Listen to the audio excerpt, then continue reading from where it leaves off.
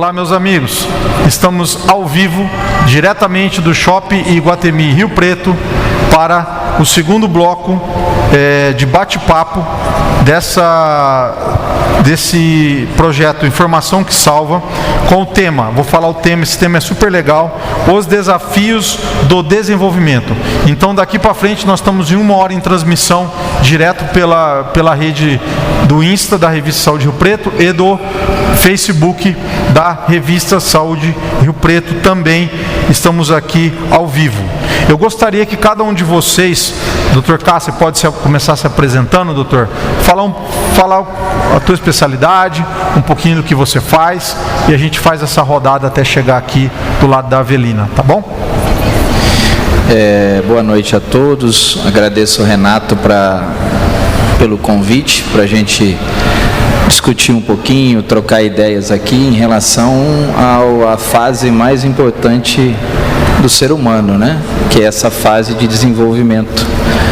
E eu sou formado em oftalmologia, especialista em oftalmologia, oftalmopediatria e glaucoma pela Unifesp. E acho muito importante essa rodada aqui, porque tem muita coisa em criança que dá para a gente saber, que a gente pode alertar as pessoas, que as pessoas não sabem, mas que isso vai salvar vidas mesmo, né?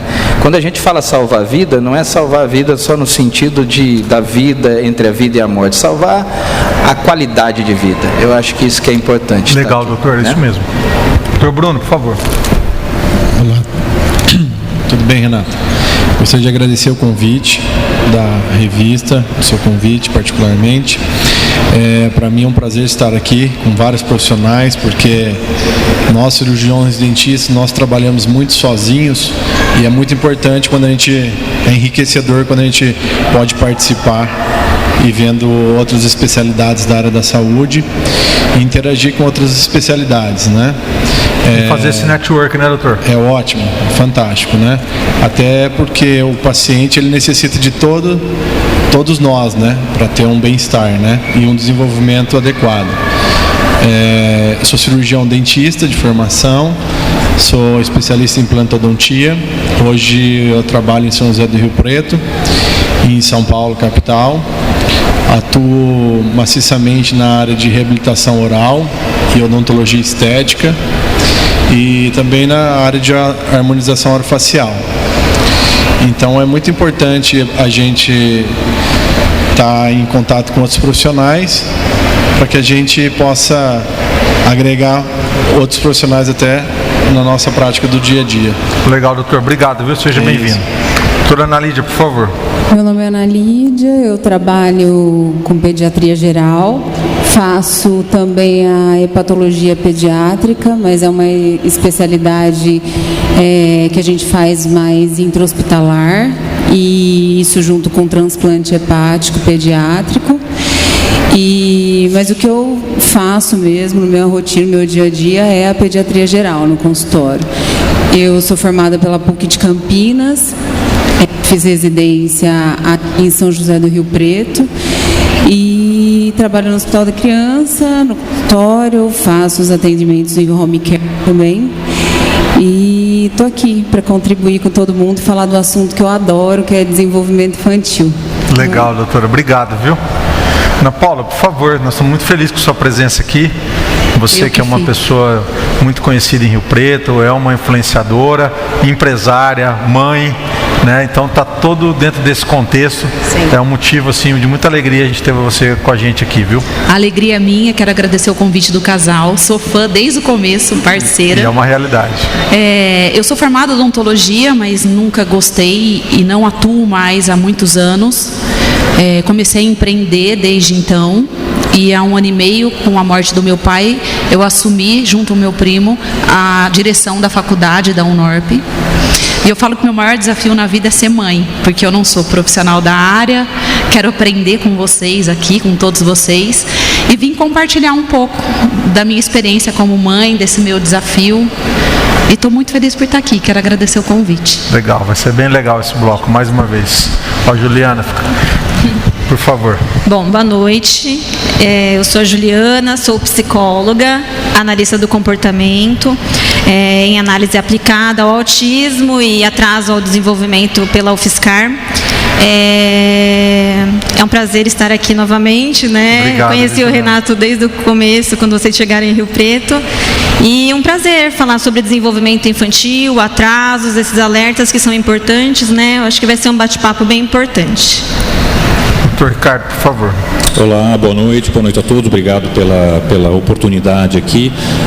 Como a Ju falou, eu também sou psicólogo, mestre e doutor em análise do comportamento, pós-doutorado em psicologia experimental, também em análise do comportamento aplicada, e já há alguns anos trabalhando com desenvolvimento atípico, né? Então a gente já vem tendo uma experiência aí, grande com ABA, que vem a ser basicamente uma intervenção baseada em evidências, e é uma das intervenções aí padrão ouro para que a gente possa de fato trazer benefícios importantes e um desenvolvimento o mais possível, o melhor possível para as crianças que nós detectamos logo desde o início algum atraso, tanto do ponto de vista da linguagem, quanto do comportamento, quanto da socialização, né?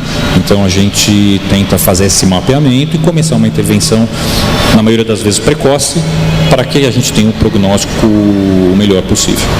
Obrigado, doutor. Estou muito feliz com sua presença aqui. Vai ser uma discussão importante. Nilmar, eu fiquei muito feliz também com a presença sua. Queria que você se apresentasse.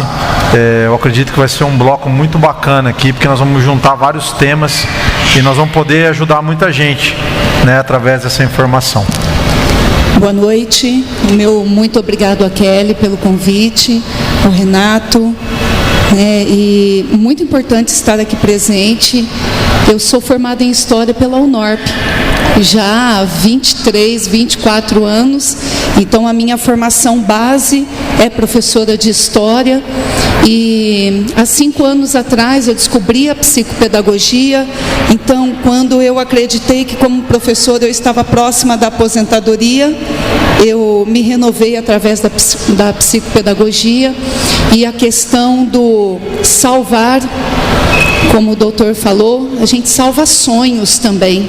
Legal. E o psicopedagogo, ele salva sonhos de pais, sonhos de crianças, né? Quando a família chega para a gente e fala, olha, quer dizer então que o meu filho não vai poder ser isso? Não, ele pode. Ele apenas vai precisar redescobrir as suas habilidades, redescobrir o seu potencial para continuar caminhando. Então, eu fiz a psicopedagogia na FAMERP, estou atuando há 4 anos, há 2 anos eu estou no Instituto de Neurologia, Rio Preto, juntamente com a Avelina e com a equipe maravilhosa que tem de profissionais lá dentro, pronta para poder atender e dar vida nova para os pais que têm filhos com dificuldades, e com isso caminhar e renovar sonhos. Obrigado, viu, Nilmara? Avelina, por favor. Boa noite a todos. Queria agradecer, né, a presença de vocês todos, o prazer de estar aqui conversando com profissionais tão capacitados, né? A gente sente orgulho de como o Rio Preto evoluiu na medicina e em profissionais afins, né? Eu trabalho há 20 anos no mesmo lugar, o Instituto de Neurologia, né? Lá tem profissionais que trabalham na área de neurologia. Eu trabalho principalmente com avaliação neuropsicológica de todas as idades, mas o foco é infantil, né? Tem mais crianças lá do que adultos e idosos, então a gente acaba se especializando mais no que a gente vê sempre, né? E pela avaliação neuropsicológica a gente consegue identificar vários déficits, facilidades e dificuldades que a criança tem, e potencializar as facilidades e encaminhar e trabalhar as dificuldades que as crianças apresentam, para que ela tenha uma evolução, um desenvolvimento harmonioso, né? Legal. Pode manter o microfone. Kelly, vai ser mais um super bloco com certeza, né? É muita coisa para conversar, né? Eu acho muito bacana. Eu amo também tudo isso. E eu queria começar com a Ana Paula. Queria que ela falasse um pouco, ela que é uma empresária, que é mãe, que hoje também está divorciada, todos esses desafios e como que é essa maternidade hoje. Bom, como eu disse, eu considero esse o meu maior desafio, mais do que qualquer outro. Eu acho muito difícil educar. Eu sou criada numa família de 4 filhas, eu sou a mais nova. E nessa jornada, por ser a mais nova, eu tive muitas facilidades, né? Eu não tive que lutar por muitas coisas para conquistar o que hoje eu considero importante. Então eu sempre cresci com uma certa imaturidade e inconsequência. Sempre fui muito inconsequente até um certo ponto da minha vida. E quando eu tive meu filho, eu meio que estava replicando esse modelo, né? A gente hoje tem acesso a tudo, a gente quer dar o melhor para o nosso filho, e eu comecei a perceber que ele não tinha o que eu achava hoje principal, que eu pauto minha vida, que é causa-consequência. O que eu faço, eu colho, tem consequência. E eu comecei a tentar trabalhar muito louca em buscar aquilo, conquistar as coisas e passar os valores que eu considero hoje fundamentais para o sucesso dele em todas as áreas. E nesse meio tempo eu divorciei. E eu falei que eu não sabia o que era desafio, porque é muito difícil ser mãe divorciada, porque por mais que você alinhe com seu ex-marido, com o pai da criança, as regras e a conduta de vida, ele vive 2 cenários diferentes, né? E o meu filho teve muita dificuldade em aceitar o divórcio. Então foi muito difícil, porque ele ora culpava a mãe, ora culpava o pai e não aceitava isso. Então eu comecei a mudar a maneira de abordar meu filho. Primeiro, a gente nasce uma mãe, nasce uma culpa. Eu comecei a ter que trabalhar o dobro do que eu trabalhava, não em função do divórcio, mas em função da morte do meu pai, de assumir uma responsabilidade muito grande na UNORP. E eu comecei a explicar para ele que trabalhar não era por necessidade, era porque eu amava trabalhar e que era muito bom trabalhar e que eu também precisava isso para que nós crescêssemos juntos. E comecei a mostrar para ele, a primeira coisa que eu fiz foi falar para ele que casamento é maravilhoso, que casamento não é ruim, que casamento não é um fracasso, que casamento é maravilhoso. E eu e o pai dele não soubemos lidar com um casamento de verdade, a gente falhou. Porque eu sempre quero mostrar para o Luca que eu sou uma mãe que falho também, eu sou um ser humano. E que é importante a gente falhar e aprender com isso. Então eu sempre mostro para ele que desde o começo do divórcio, que olha, eu e seu pai não soubemos viver o casamento que é na essência, que é a cumplicidade, o companheirismo, o amor. Nós falhamos e nosso casamento deu errado, porque eu não queria que ele crescesse com a crença de que casamento era algo ruim e que acabasse num divórcio, naquele sofrimento que estava tendo. E eu tento me dividir entre essas funções, como empresária, como mãe. Eu trabalho muito, Luca, na questão de causa-consequência, né? Eu não falo que ele é inteligente, eu falo que ele é esforçado, eu não falo que ele é uma bênção, eu digo que ele tem que buscar a bênção. Eu trabalho os pilares que eu acho mais importante, que é a espiritualidade no meu filho, desde cedo, né? E de ter um esforço para tudo que ele quer na vida, ele tem que se esforçar, ele não vai ter nada de mão beijada. Então eu vivo nesse desafio aí. É um desafio, né? A gente sabe, cada filho, igual no outro bloco que a gente falou, não vem com bula. E eu gosto muito de frisar, e desde quando a gente começou com o Crescer e Evoluir, com maternidade, a importância de ter o profissional da saúde próximo da família. Que realmente acompanha, né, o teu filho, que no momento desse ele está a par do que está acontecendo, porque até a Ana Lídia falou muito sobre isso na matéria, a importância de... porque hoje em dia eu acho que está tudo tão corrido, você vai lá e leva no plantão. Eu sou assim, eu levo no plantão, vamos resolver esse problema agora. E uma profissional que hoje a gente fala muito que um pediatra é como se fosse um guardião da família, né, doutora? O que a doutora pode falar sobre isso, linkando com todas as dificuldades que a criança que você acompanha, tanto física como emocional, com todas essas mudanças? Você sabe que eu bato nesse tema muito com as mães do meu consultório, falando da seguinte forma: qual que é o papel, e daí agora os psicólogos, a psicopedagoga, todo mundo pode me ajudar, qual que é o papel do pediatra no crescimento, no desenvolvimento cognitivo e emocional dessa criança? Então, o pediatra, ele ficou, às vezes, é o médico que a gente procura quando está com dor de garganta, ou quando tem algum problema físico, ou ou até mesmo, será que é a hora de fazer a primeira consulta com o odontopediatra? Será que é a primeira hora de fazer a consulta com o oftalmopediatra?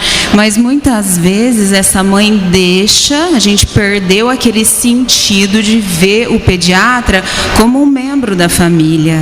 A gente tem que entender que o desenvolvimento dessa criança que passou por um processo de separação, que vivenciou algumas coisas, às vezes o pediatra, por estar nesse meio, nesse acompanhamento, ele vai auxiliar muito a mãe, a tia, o avô, a lidar nesse momento, às vezes indicar a terapia, às vezes a fazer uma abordagem em que ele pode estar somatizando alguma coisa. Então, que fique esse recado, né, para todas as mães, para que a gente comece a ver o pediatra, um profissional, como sendo aquele profissional em que você casa, a família tem um casamento com esse pediatra. Ele deve ser um membro da tua família para que consiga fazer o acompanhamento, essa fidelização é importante, o acompanhamento cognitivo, o acompanhamento emocional para dar um destino correto, né, na puberdade dessa criança, na adolescência. Eu sei, como eu tenho 3 filhos, eu tenho causos para contar até amanhã aqui do que aconteceu com um, aconteceu com o outro. E realmente o meu filho do meio, uma pediatra que me salvou. Eu estava assim quase entrando em colapso. Ele tem déficit de atenção, mas a ansiedade do pai é muito grande, né? Eu queria perguntar para a doutora Juliana, agora falando já no autismo, no espectro e nesses sinais, porque quando eu coloquei o desafio do desenvolvimento, eu queria falar muito, ficar atento aos sinais. Quais são os sinais hoje, né, de uma criança que tem, por exemplo, um autismo? E a gente sabe que muitas vezes o pai demora a levar porque ele não quer pesquisar, ele fica com medo de saber. Eu queria que falasse um pouquinho sobre isso. Bom, o autismo hoje, né, já nasce uma criança a cada 59. Então, assim, tem aumentado muito o número de casos de autismo. E a gente, doutora, uma em 59... Cada 59, uma criança é autista. Está dentro do espectro. Interessante. Então, assim, é importante a gente falar muito sobre esses sinais, né? Porque hoje a intervenção ouro, igual o Ricardo falou, é importante que ela seja precoce. As evidências científicas já mostram isso. Quanto mais cedo a gente começar a estimular essa criança, o prognóstico dela vai ser melhor, né? Então, assim, nos primeiros meses de vida, é uma criança que ela não se aconchega muito ao colo da mãe. Na hora da amamentação, não tem a troca do olhar, né?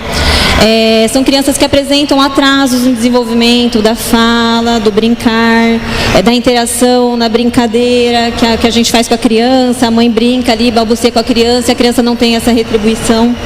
Mas, assim, claro que não é uma caixinha pronta. Então, algumas crianças apresentam alguns desses sinais e não todos perfeitos, né? E isso faz com que os pais demorem muito tempo para perceber. E aí entra também, né, a importância do pediatra, do neuro, do psiquiatra, de identificar esses sinais e alertar a família, né? Porque quanto antes a gente começar com a intervenção, melhor. Quando eu fui conversar com vocês, esse tipo de informação que eu falo que informação salva.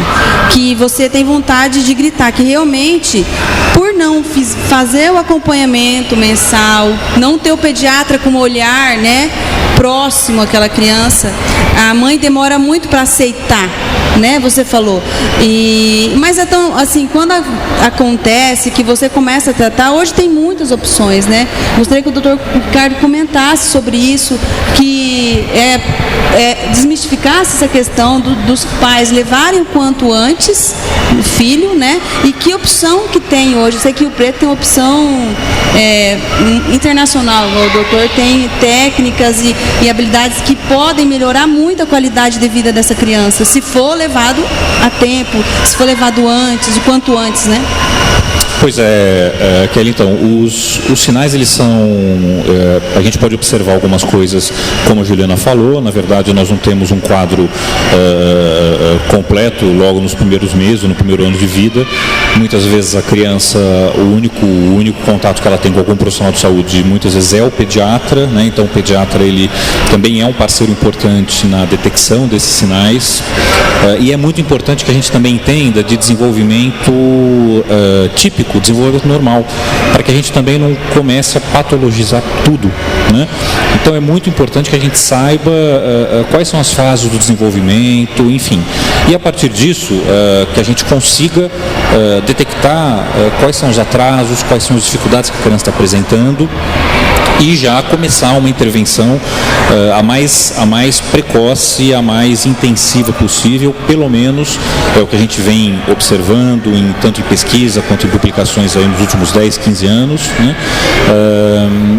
E o cardápio é muito grande de possibilidades. Então a gente tem vários tipos de intervenções para crianças com atraso no desenvolvimento. Ocorre que nos últimos tempos, a pesquisa vem indicando, e os resultados também das intervenções vêm mostrando, que as intervenções baseadas em análise de comportamento aplicado, elas têm um efeito mais robusto, mais duradouro, né?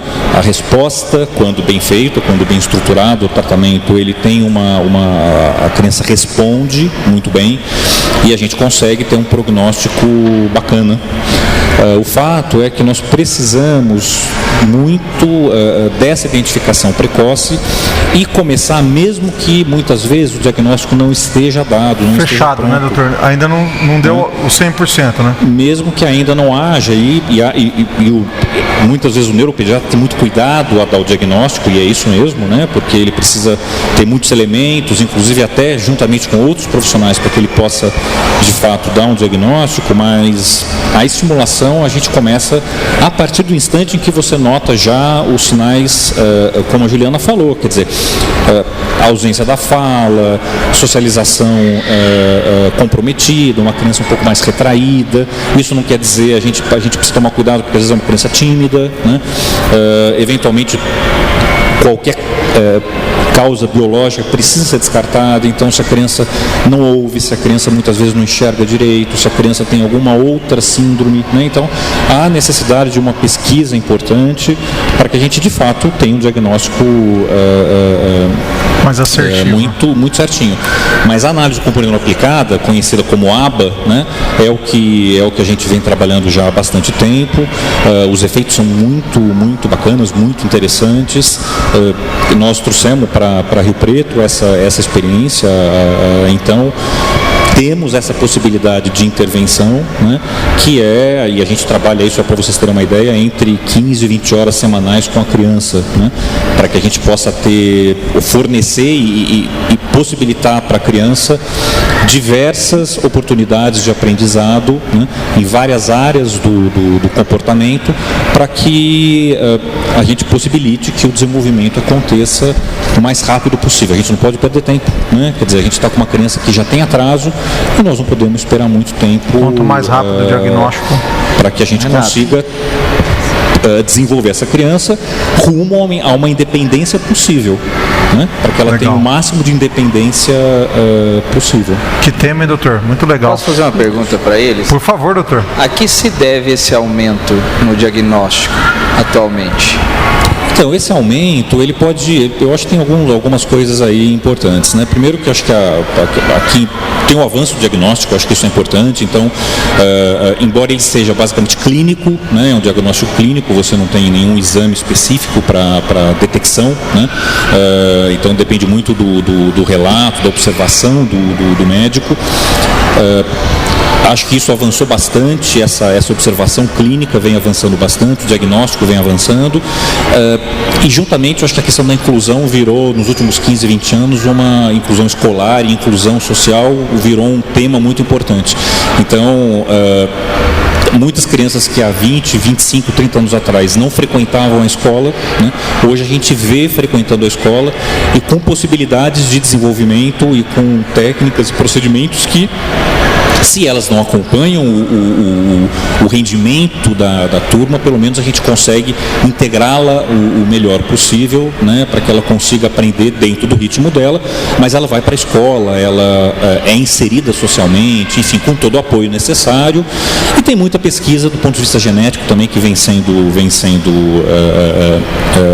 realizada, ainda não com achados definitivos, né, nem sei se a gente chega nesse ponto, mas o fato é que a gente tem um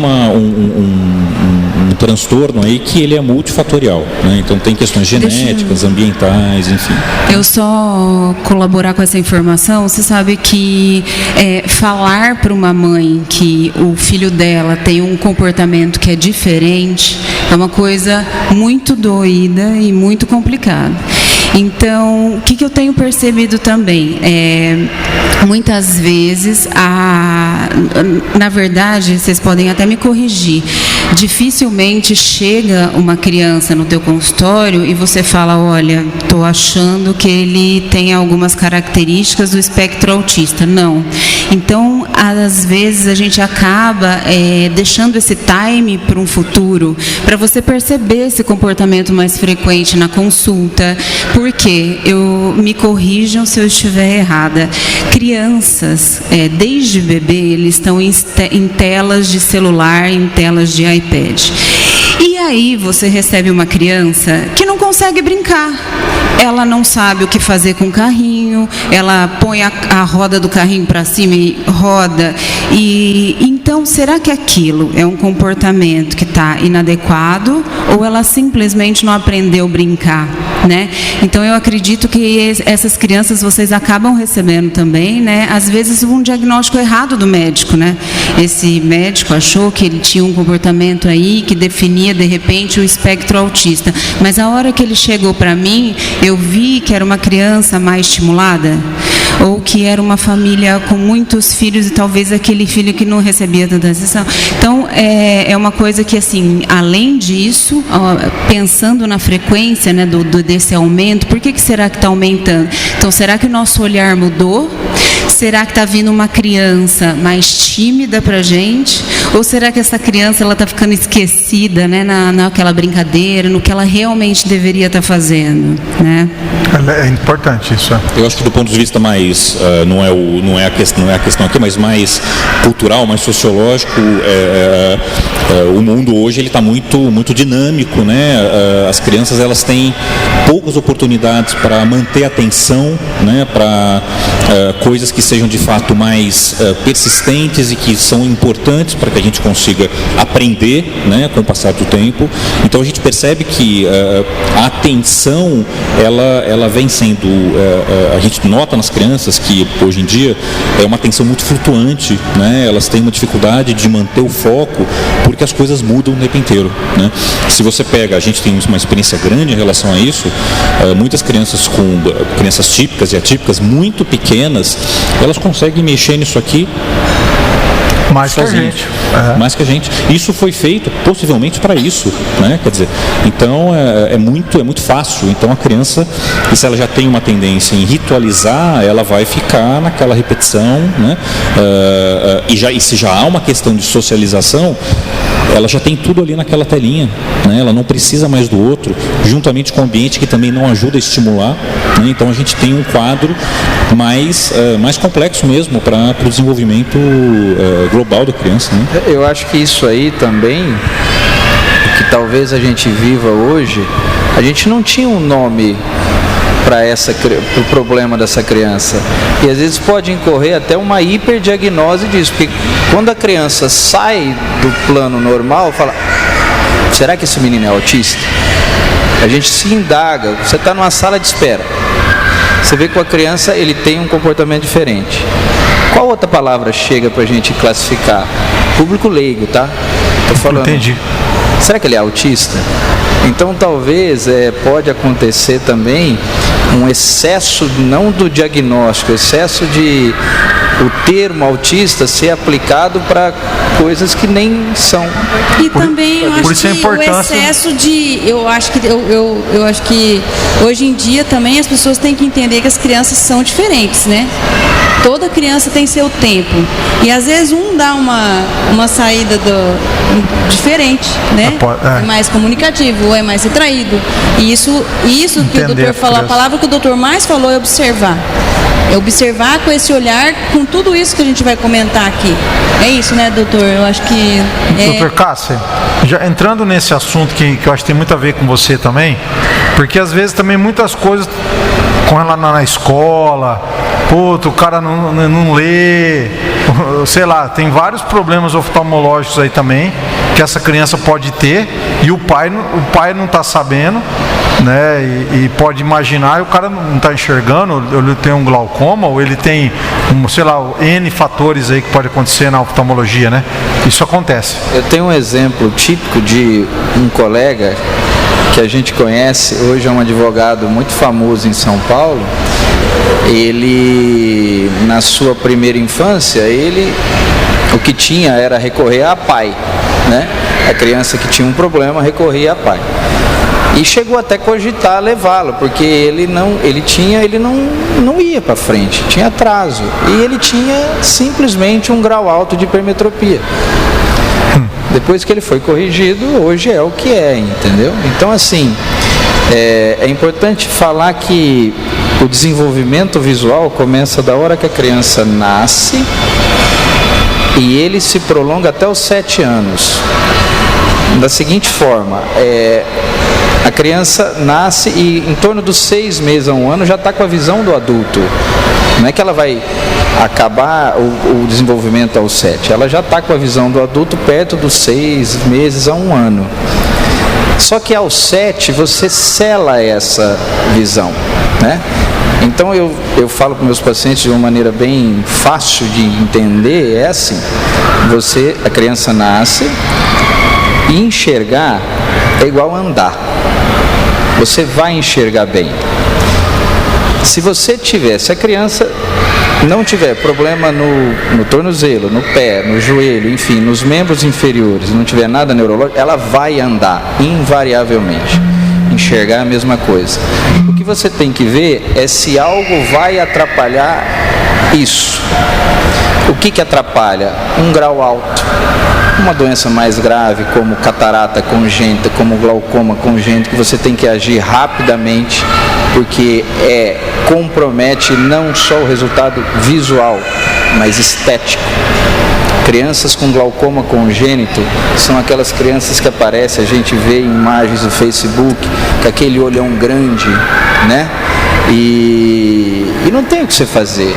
Depois que o olho chegou naquele estágio, é só prótese, né? Eu na época, eu fui mãe jovem, mas foi falado assim que eu tinha que levar meu filho quando ele fosse para a escola.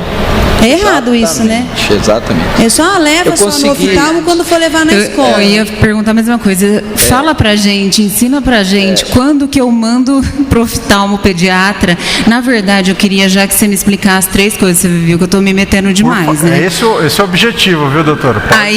Pode seguir o jogo. Fala pra gente a importância do teste do olhinho.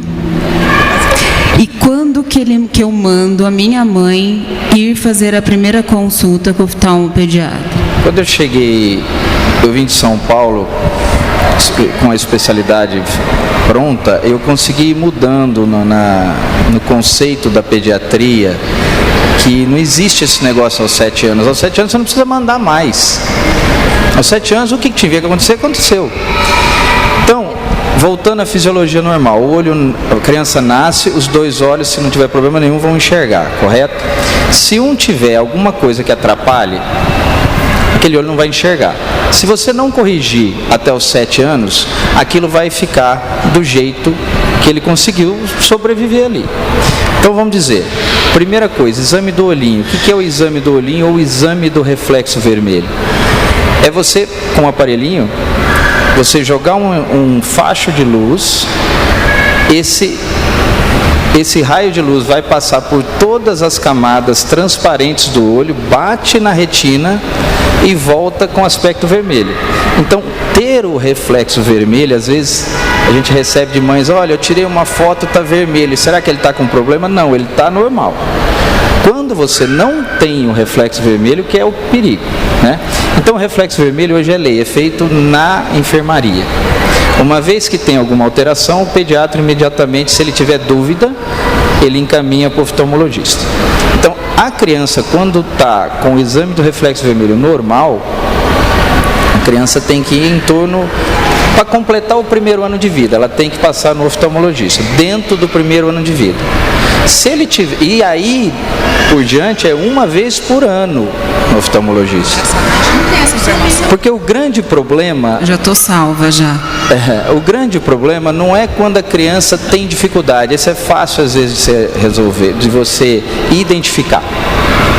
A criança não está com dificuldade, está com atraso, você vai pesquisar neuro, psicólogo, você vai fazer a bateria. O grande problema é quando a criança não tem queixa alguma. Então você tem um olho enxergando bem e o outro não. Essa criança é a que vai ter problema lá no futuro. Qual o problema? É o problema que ela vai ter de ter um atraso? Não, ela vai se virar, só que um vai enxergar 100%, o outro não. Quando você descobre isso a tempo, você corrige com grau, faz o tampão, e aí você consegue, antes dos 7 anos, deixar ela com a visão igual. Então, regra, criança nasceu, reflexo vermelho normal, dentro do primeiro ano procura o oftalmologista. Se tiver alterado, lógico que ele já vai procurar mais rapidamente. Depois disso, uma vez por ano. Legal, hein? Ana Paula, como que foi a alfabetização do Luca? Ele tinha dificuldade, ele ia bem? Como que é na escola? Sempre se deu bem, não deu bem, médio? O Luca nunca gostou de estudar, nunca gostou de ir na escola. Sempre me deu muito trabalho, porque ele falava, eu não gosto de escola, por que eu vou ter que aprender isso? Desde pequenininho ele me dá muito trabalho com isso. E eu faço um trabalho, eu não sou ninguém sem a terapeuta dele, a psicóloga dele e a escola. A gente faz um trabalho em conjunto ali. E aí a gente está tentando mostrar para o Luca que mesmo que ele não vá usar o que ele está aprendendo na geografia, na história, é a base dele e para que ele possa, porque ele quer ser youtuber agora. Ele falou, eu não preciso aprender nada, vou ser youtuber, ou vou ser digital influencer, ou youtuber, ou jogador de futebol. Então eu não preciso aprender isso. Então mesmo que ele vá escolher o que ele quiser ser dentro dos talentos dele, ele precisa ter essa base, ele precisa, gostando ou não, nem tudo é legal, nem tudo é gostoso, né? Nem tudo é só prazer o tempo inteiro. Então eu tento mostrar isso para ele. Esses dias ele pediu para eu estudar junto uma matéria. Ele falou, nossa mãe, que interessante. Aí entrou no Google, colocou no Google. Então eu falei, você está vendo? Dá para ser legal. Tenta olhar com esses olhos. Então ele está começando agora, junto com o trabalho com a psicóloga, porque eu tinha muito trabalho com o Luca em relação à escola. Ele não queria ir. Ele sempre amou a Maple Bear, ele sempre estudou na Maple Bear. Meu filho é americano, então eu sempre quis colocar ele numa escola bilíngue para que ele possa estudar no futuro lá fora.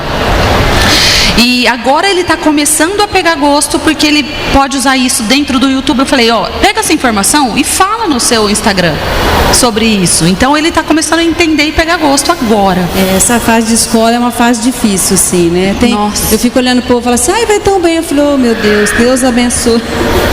Não é fácil, né? Não. Então, até eu queria perguntar para a Nilmara é professora, trabalha muito próximo a essas crianças. Quais, assim, o que a gente tem que ficar atento como mãe para procurar uma psicopedagoga, para ter essa ajuda que a Ana Paula está falando, como que funciona isso, quais os sinais que a criança tem? Assim como a doutora falou em relação ao pediatra, ao médico oftalmo, enfim, a todos os profissionais que cercam uma família e dão apoio para uma família no desenvolvimento de uma criança, a família também precisa estar próximo da escola. Então, estar próximo da escola, frequentar reunião de pais e querer saber como é que está o desenvolvimento do filho. Se interessar pelo desenvolvimento dos filhos na escola, ao ponto de saber, olha como está, porque ali o professor ele vai pontuar uma situação de dispersão constante que pode vir a acontecer. Então a criança ela está dispersa porque ela está desatenta e aí cabe a cada pai, a cada mãe conhecer o seu filho. Como é importante que os pais conheçam os seus filhos. Temos uma rotina de trabalho realmente muito complexa, né? Eu entro numa situação também peculiar, vamos pôr assim. Eu fui mãe solteira, meu filho hoje está com 19 anos de idade, criei o meu filho sozinha mas eu conheço o respirar do meu filho, eu conheço o olhar do meu filho, e o tempo todo eu sei como ele está, né, para que eu possa acompanhá-lo. E assim, no caso do que a Ana falou, né, a respeito do meu filho, eu sempre reafirmei que o meu filho é uma bênção na minha vida, porque o sentimento de rejeição, ele tende a se instalar em qualquer situação, se a gente não tomar cuidado. Então, o conhecer os filhos próximo da escola, para verificar a dispersão, a desatenção, para verificar, para aquela idade esperada, para os 7 anos de idade, ele já está conseguindo reproduzir algumas letras, ele já consegue formar algumas palavras simples, ele consegue segurar o lápis, né, de forma adequada, porque assim como a doutora falou, muitas crianças não são estimuladas, não brincam, e isso compromete grandemente o desenvolvimento cognitivo e vai refletir na escola. Brincadeiras que nós fazíamos antes, né, na rua ou mesmo em casa junto aos primos, as crianças não fazem mais. Então, problemas sérios de coordenação motora, problemas sérios de reconhecimento de postura corporal, a questão da apreensão do lápis. Então, isso tudo reflete na leitura, na escrita. Então, converse com o professor. O ideal é que os pais estejam sempre em contato com os professores. Como está a aprendizagem do meu filho? Ele está lendo como era esperado? Ele está escrevendo como é o esperado? Ele faz cálculos dentro do esperado? Ele reconhece números? Algo que também acontece muitas vezes, a maioria dos professores, eles tendem a esperar, né? Vamos esperar mais um pouquinho para ver se desenvolve? Vamos aguardar mais um pouquinho para ver se essa criança vai aprender a ler no seu tempo? Daí o título do que eu escrevi para a revista, né? Cada criança tem o seu tempo, mas não perca o tempo. É muito importante que a gente conheça as etapas de desenvolvimento de uma criança, né? O simples, comparar com o filho da amiga é saudável até certo ponto, né? Com um olhar de ver como é que está o desenvolvimento. Então, a questão da escola está relacionada à proximidade do professor. Veio para as mãos do psicopedagogo, ele não tem como sair com um relatório de uma avaliação psicopedagógica se a família não trouxer uma avaliação de um oftalmo, se a família não trouxer uma avaliação de um fonoaudiólogo, dependendo da queixa, se ele já não está fazendo um acompanhamento com um psicólogo, para que ele passe por um neurologista. Então, existe toda uma equipe médica que precisa estar acompanhando essa criança. Isso é muito importante. Nilmara, deixa eu só fazer duas perguntas. Eu queria saber duas coisas. Você que está aí mais nessa área de psicopedagogia, como que as escolas, como que você sente as escolas lidando com o diferente?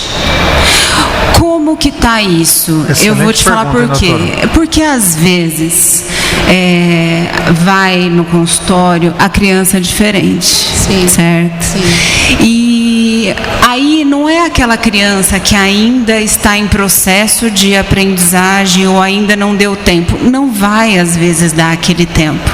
Só que ele tem um tempo que é diferente, a gente precisa trabalhar a sensibilidade dessa criança. Sim. São crianças com potencial de sentimento às vezes muito maior, então eu queria assim, que você me respondesse duas perguntas. Sim. Como que você sente hoje em dia o acolhimento do diferente? E a segunda, eu tenho um problemão igual todos os pais têm com filho YouTube, essas coisas todas. Como que a gente faz hoje? Como que nós podemos trazer para os nossos filhos, mesmo estando com esse mundo moderno nas mãos aí, a parte também psicopedagógica da internet? O que você me aconselharia? Primeiro, em relação à escola. As escolas ainda têm dificuldade em lidar com o diferente, porque tudo tudo aquilo que é diferente me causa estranheza e medo. E hoje, o professor que acreditar que o fato dele ter a formação dele ali, específica naquele conteúdo, e não ter uma formação a mais, vai dar para ele base para ele trabalhar, ele está muito enganado. Então o professor não pode parar de estudar, ele não pode, porque o nosso indivíduo, as nossas crianças hoje, elas estão muito diferentes do que nós éramos. Então, ainda temos dificuldade em lidar com as escolas, justamente por quê? Porque nós também temos dificuldade em lidar com os pais que esperam muito e têm dificuldade em aceitar o diferente. Como que o meu filho não é como eu projetei para ele ser? Então, você junta nesse ponto a família que tem uma expectativa, a escola que procura atender a expectativa da família, e aí ela olha para o aluno e ela, na maioria das vezes, não sabe como lidar com o diferente em si, e você tem o aluno. E você tem sistemas de avaliação, onde essa criança precisa depois prestar um Enem, prestar um vestibular, que ainda o avalia, da mesma forma como se ele fosse igual a todos. Então eu ainda vejo situações de contramão. Dentro da clínica psicopedagógica, a gente precisa fazer um trabalho muito forte com a família primeiro, para depois chegar até a escola. Quando eu consigo acalmar a família, ou conseguimos acalmar a família, a escola não consegue nos ouvir. Então, ainda vejo uma certa dificuldade da escola em lidar com o diferente. Com relação à internet, ao YouTube, tem coisas boas no YouTube. Tem videoaulas maravilhosas. Eu ainda estou em sala de aula como professora de história e eu utilizo fragmentos, trechos de videoaulas. Então tem coisas muito boas. Eu penso que cabe a nós, pais, direcionar e ajudar os nossos filhos a encontrar o que tem de bom. E estar junto deles para saber: filho, como foi teu estudo hoje? Precisar, abre uma videoaula. O que tem de videoaula bom para a gente ver? Tem documentários muito bons na internet. Então a presença dos pais, ela precisa acontecer, ainda que distante. Pega o celular e liga: filho, como é que está o teu estudo hoje? Você já estudou? Você fez tarefa? O que você viu hoje? Por mais que a gente chegue cansado em casa, nós precisamos dar essa atenção para eles. Então tem coisas boas na internet. Dá para a internet ajudar a gente no processo pedagógico. Legal. Eu queria fazer o link agora. Você vai falar com a Avelina? Eu também quero falar. Então quem fala então? Você fala ou eu falo? Então eu vou falar então. Avelina, deixa eu fazer uma pergunta. Nesse contexto aí, a gente vivenciou isso dentro da nossa casa, muito que a Nilmara está falando, que a doutora comentou, o que a Ana Paula comentou também. E o que dá para ser feito para potencializar o nosso filho com relação a essas questões dentro da tua área? O que pode ser feito? Tem muita coisa, mas muita mesmo, né? O Brasil ainda é um país que não valoriza uma estimulação já nos primeiros anos de vida. Então, assim, as crianças não brincam com coisas interessantes, manuais, que elas vão desenvolver a percepção, a coordenação motora. Então, elas estão deixando cada vez mais de brincar. Isso é um erro terrível, né? Por conta de vários fatores, né? Os pais estão muito ocupados, com pressa, põem o celular na mão da criança e ele dá um pouco de paz, né? Então, é mais fácil, o celular e o tablet, né? É o mais importante, as crianças brincarem com coisas interessantes, ter um tempo ocioso, né, para eles criarem brincadeiras. Porque sai do futebol, vai para o karatê, vai para aula de música, vai para aula de balé, não tem tempo de brincar, né? E mais importante é que essa brincadeira seja com os pais, né? Não são sozinhos, né? Os pais tiverem, assim, não precisa ser muito tempo, 15, 30 minutos, um tempo em casa para brincar com essas crianças. Qualidade de tempo, né? Qualidade de tempo, né? Não é o tempo que você fica com o seu filho, mas sim a qualidade que você dedica a esse tempo, né? eu estava me lembrando de um caso, né, de uma criança de 5 anos que veio para avaliação. Eu trabalho muito mais com avaliação do que com estimulação, né? A Nilmara que trabalha mais com estimulação. Então, só para entender, então chega para você. Sim. Aí você que vai fazer essa. Sim, faço avaliação. Avaliação para passar, no caso, a Nilmara que daria continuidade nessa dupla. Isso, aí. Depende da demanda da criança. Entendi. Né? Veio uma criança de 5 anos que a queixa era que toda a atividade da escola ele rasgava. Dava um negócio para ele pintar, ele rasgava. Aí ele não estava satisfeito, ele rasgava o dele e o do colega. Que beleza, hein? Então, isso começou a causar um transtorno gigante, né? Então a família nos procurou, né? Explicou, né, tudo o que estava acontecendo. Eu fiz a avaliação. A avaliação engloba várias coisas, né? Tanto o contexto familiar, o escolar, a gente entra em contato com a escola. E o que foi percebido nessa criança? Ele era um menino extremamente inteligente. Eu fiz uma série de avaliação com ele e o que eu percebi? O raciocínio dele, com 5 anos, era de uma criança de 8. Né? Ele sabia a cor, ele sabia a forma, ele sabia lidar com números, mas tudo assim, no mundo do raciocínio. Tá? Quando eu dava um lápis para ele, a apreensão dele era péssima, a coordenação dele era de uma criança de 3 anos. Né? Então você vê a discrepância. Então ali naquele ambiente ele estava se sentindo muito mal, porque os amigos faziam as atividades e ele não.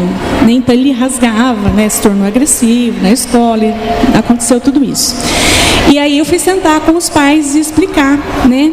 E os pais comentam que eles ficam muito fora de casa, quando chega em casa ele é muito arteiro, né? E eles dão muito o tablet para ele brincar, o pai está ocupado com alguma coisa, então eles não sentam para estimular, não estimula essa questão motora da criança, né? Então eu fiz orientação, encaminhei ele para uma TO, né? Que trabalha essa questão motora muito bem, né? E comigo ele não ficou, porque a questão era muito... O comportamento agressivo dele não era dele, era de uma situação que ele estava se sentindo mal. Entendi. Né? E eu tenho contato com a TO, ele tem evoluído super bem, já parou, né, de ter o comportamento agressivo. Então, assim, a avaliação serve para isso. Às vezes os pais olham a criança e era uma criança inteligente, lindo, você pergunta um monte de coisa para ele, ele sabe um monte de coisa, né? Sabe muita coisa.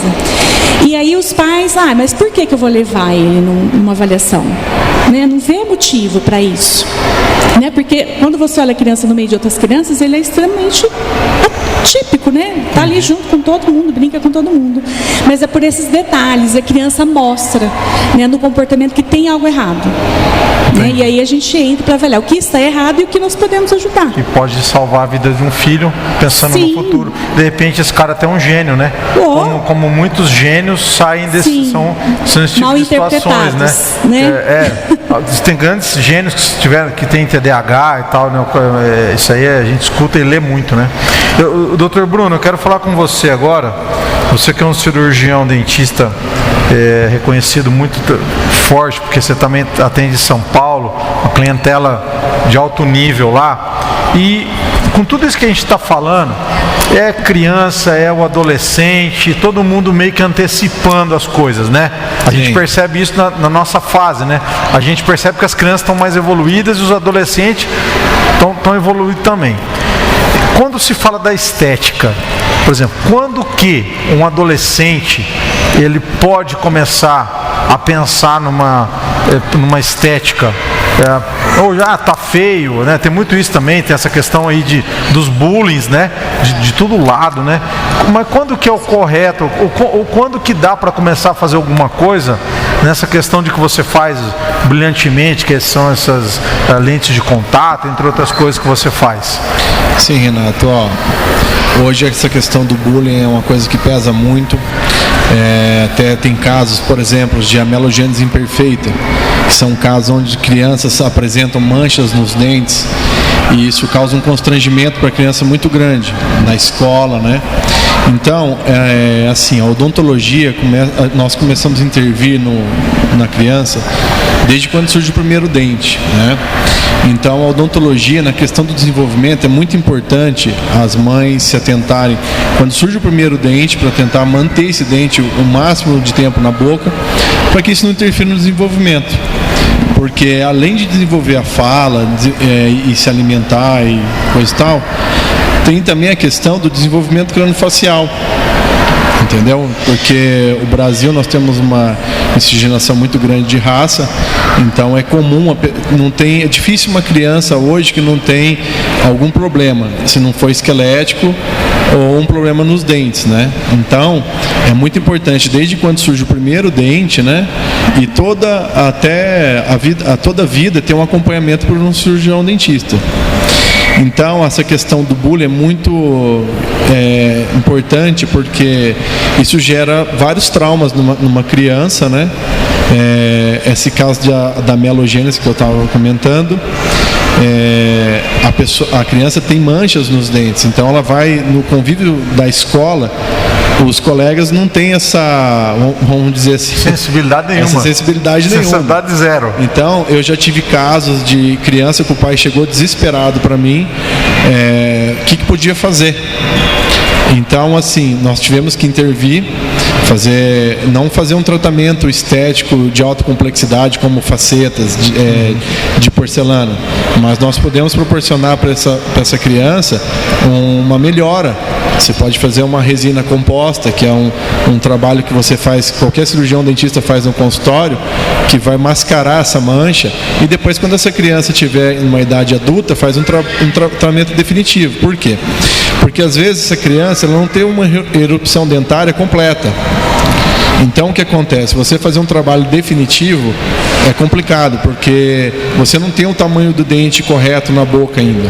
Então, vale a pena lançar a mão de um tratamento menos invasivo, fazer mais conservador, fazer uma resina composta e deixar essa criança numa situação social. Até ela chegar um pouco, até ela 16 anos para frente. 17 anos, né? Que aí o crescimento facial, a erupção dentária já está completa, e que aí você pode promover um trabalho mais definitivo, né? E tem casos também de crianças que têm falta de dente também, que não tem, falta um lateral, às vezes a criança, e isso ajuda, a gente pode lançar a mão de fazer alguma coisa que pode mascarar isso também. Então, eu acho que... Eu tenho uma sobrinha que ela não tá, quando ela vai sorrir, eu vejo que ela faz assim, ou ela não sorri. Sim. Ela dá um sorriso lindo, os dentinhos dela é separadinho. E ela tem vergonha. E pelo que eu vejo, lógico que tem que levar para ver, tá certo a mordida. Sim. Mas é separado. Isso dá para ajudar também, né? Os dentes separados é normal, porque uma criança, quando ela está em desenvolvimento, ela não tem os arcos definidos nem o posicionamento dentário. Então, esse dia que a gente chama de diastema, esses espaços, é normal. Então, a mãe já deve também, até questão de como iniciar um tratamento ortodôntico, né? É muito importante se ater aos 7 anos de idade já procurar um ortodontista e colocar um aparelho justamente para já ir equalizando essa situação e também tratando o desenvolvimento facial, porque tem muita criança que às vezes tem uma atresia de maxila, ou seja, uma maxila menor ou uma mandíbula maior, uma desproporção entre os dois arcos, que precisa ser corrigido. E a gente não pode perder o time.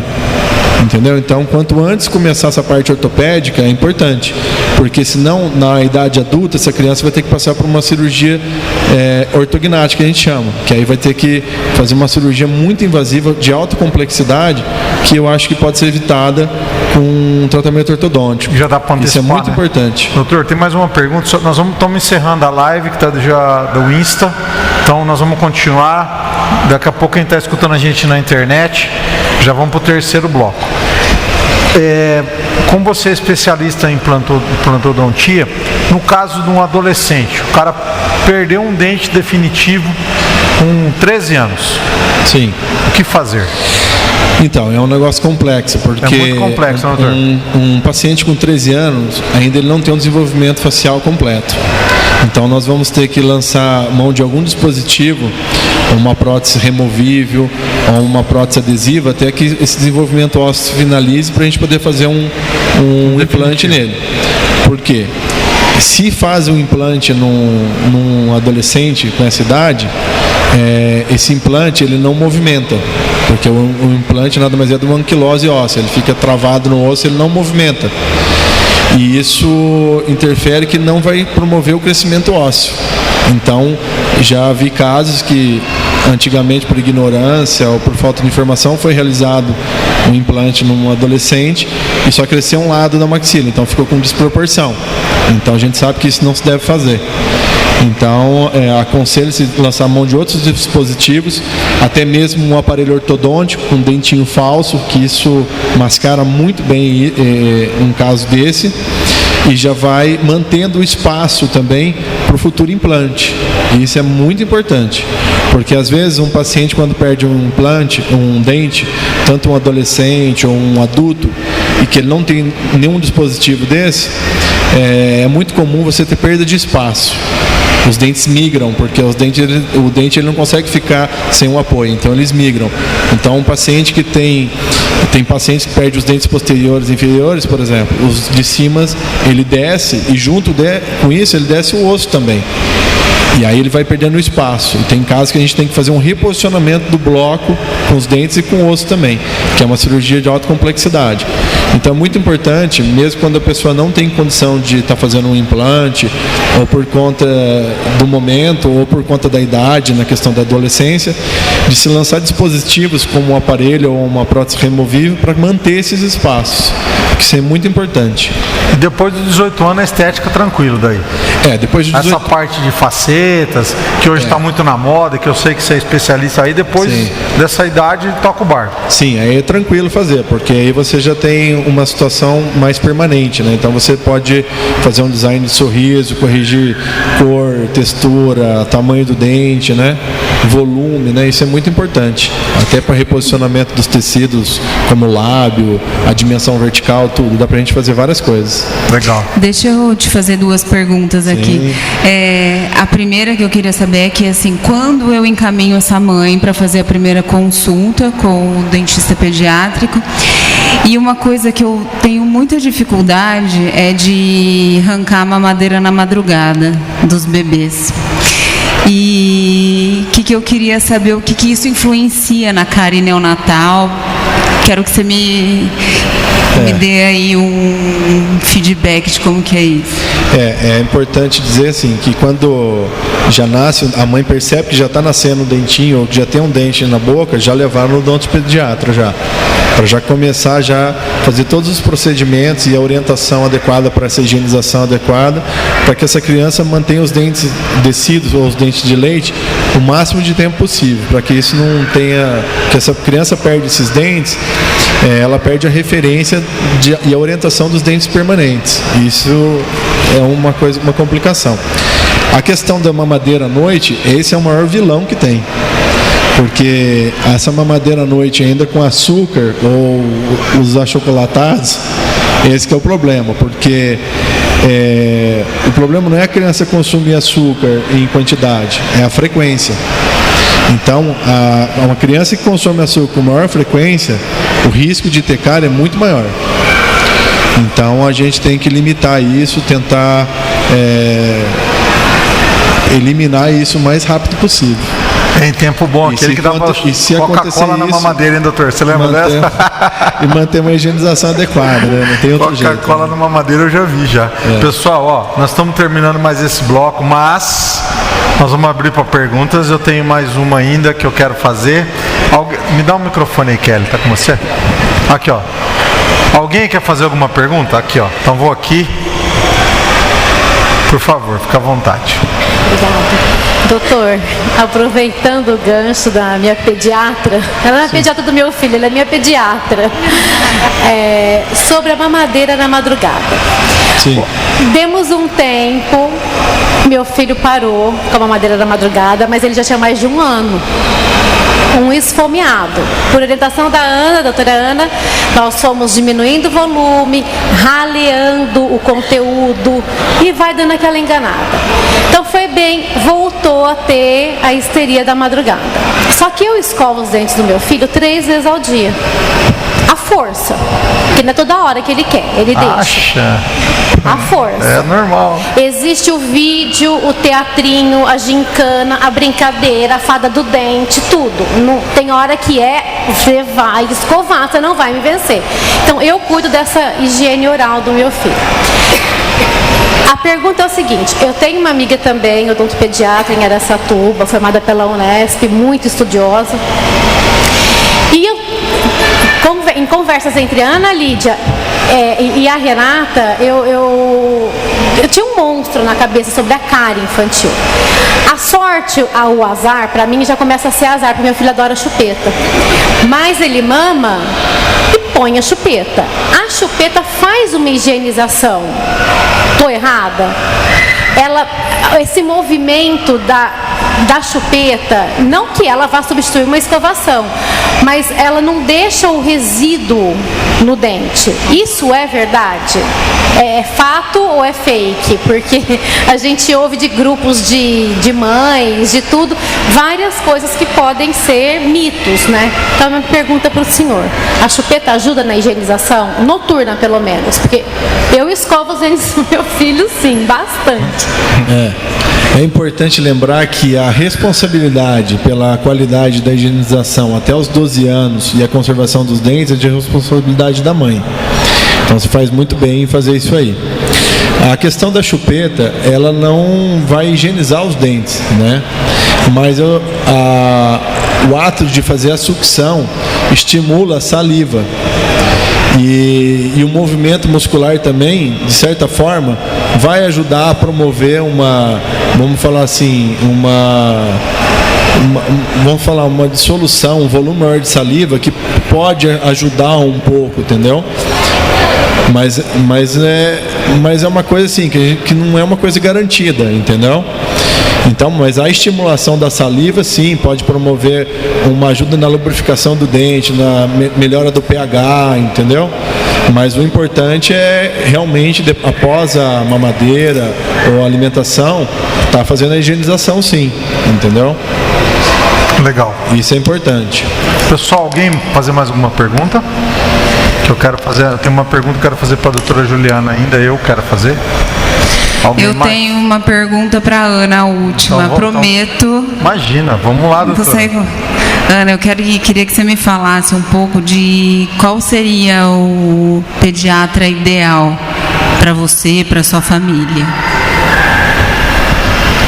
Bom, eu escolhi você como minha pediatra porque eu falei para ela, o Luca teve pediatra, a gente morou nos Estados Unidos um tempo e eu achei muito mecânico, não me passava segurança nenhuma e fiquei, eu acho que 3 anos procurando um pediatra que me passasse segurança não só da saúde, né, em relação à saúde, mas exatamente aquilo que você falou, emocionalmente falando, socialmente falando.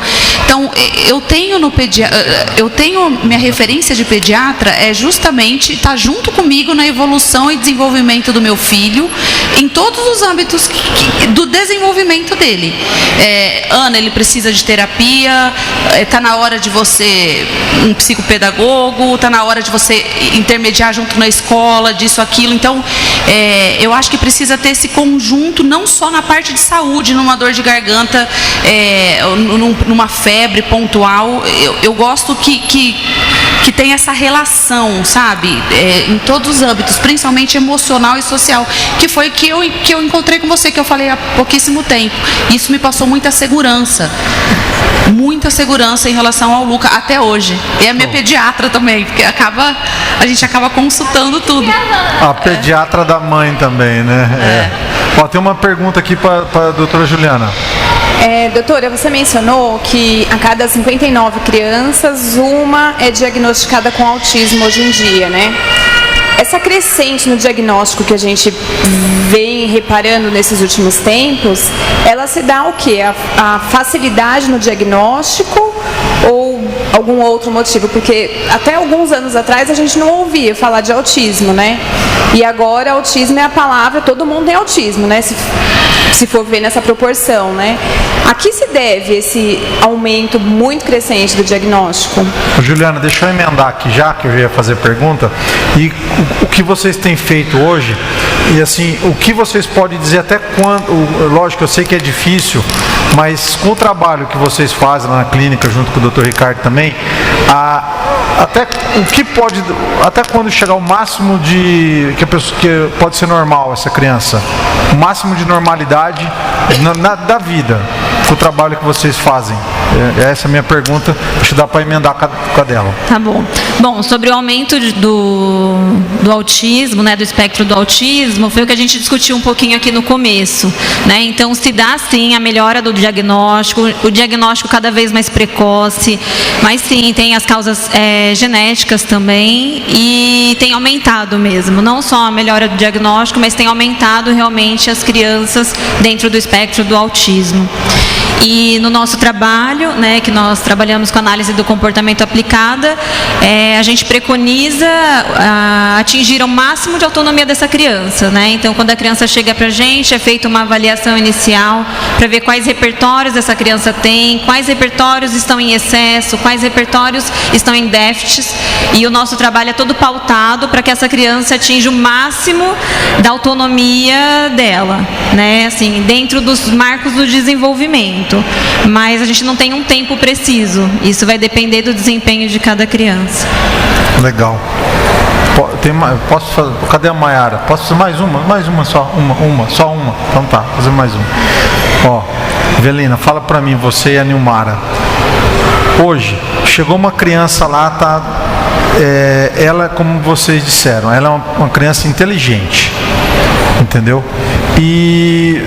Mas como é que faz para hoje diagnosticar? Por exemplo, essa criança está dando trabalho na escola, mas ela é inteligente. Como é que faz para ajeitar isso, para que ela deixe de dar trabalho? Porque às vezes o que a Ana Paula falou, eu estou pegando esse gancho do que ela falou do filho dela. O não gostar de estudar não significa que a pessoa não é inteligente. É isso? Me explica isso aí, porque ficou assim para mim, porque eu na minha infância eu não gostava de estudar, mas quando eu pegava eu era rápido, entendeu?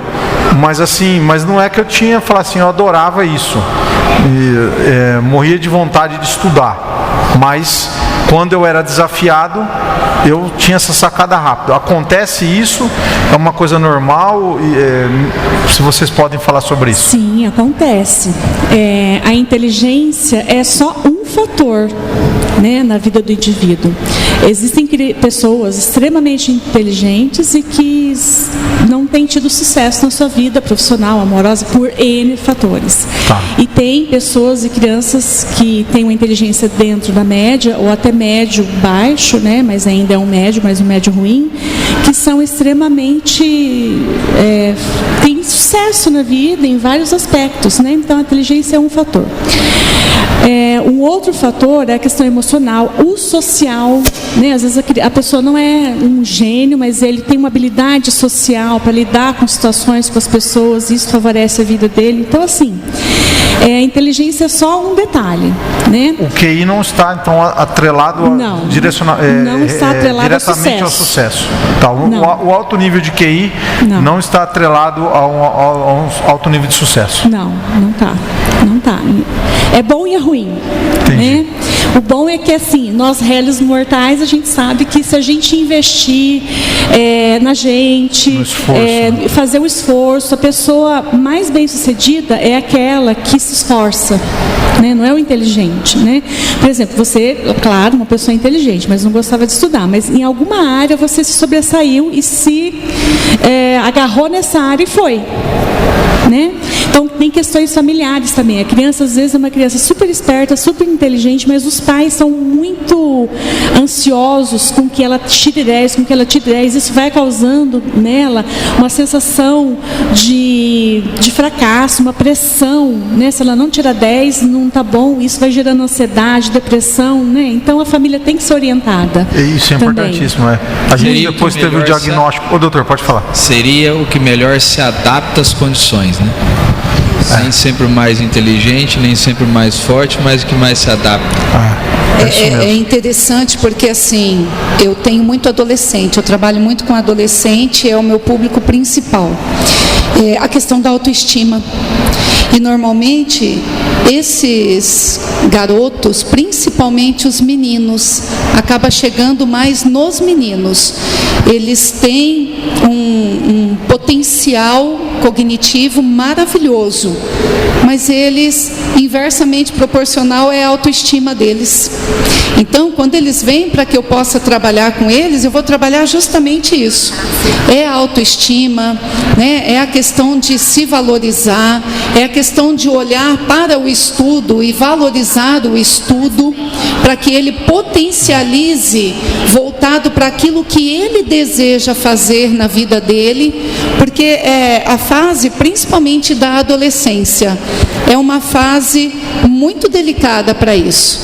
O fato dos meninos terem esse potencial, irem bem, se saem bem às vezes na matemática, às vezes numa produção de texto, mas eles não acreditam neles, eles não confiam neles. E aí, nesse ponto, é onde nós trabalhamos muito com a autoestima, com desafios para eles, né? É uma geração que tem uma necessidade muito grande de desafios, porque eles pegam muitas coisas prontas, onde eles só olham, eles curtem, está tudo muito pronto, eles não são desafiados. Então, a gente acaba lançando desafios para que eles verifiquem do que eles são capazes e possam voltar a planejar, a sonhar as suas vidas. Legal, Nilmara. Quer fazer uma pergunta do Dr. Cássio? Dr. Cássio, boa noite. Até que ponto essa luz do equipamento digital, tablet, iPhone, isso é nocivo à criança? Paulinho tem 2 anos, já anda pelo escuro ou pela luz de casa durante o dia com o meu celular, com o do pai. A proximidade, às vezes eu vejo que ele está assim, acho que pelo colorido, eu já percebi, ele já foi consultado. Ele não tem deficiência visual nenhuma ainda congênita, diagnosticada. Mas ele adora brincar com essa luz. E eu diminuo a intensidade, eu coloco naquele night shift, aquele modo de noite, noturno. Mas eu não confio, então eu deixo um pouquinho e já tiro, já vou para o outro lado, para o livrinho, já vou para a brincadeira, manual, para o carinho, para o abraço, porque eu tenho medo dessa luz, mesmo que irregulável.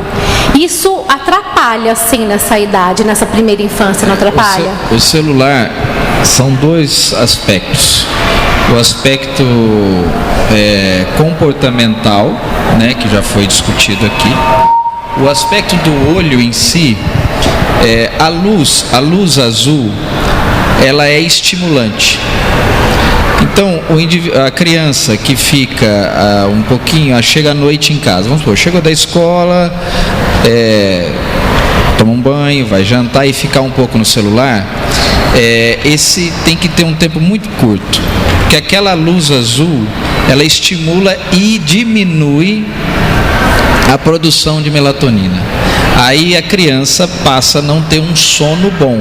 Não tendo um sono bom, começa a gerar muita coisa relacionada ao desenvolvimento. Então a primeira coisa é isso, diminuir a exposição a essa luz. Então eu digo para as crianças, para as mães, a distância do celular, uma distância fácil, é a distância da mão aqui até o cotovelo. Essa é a distância.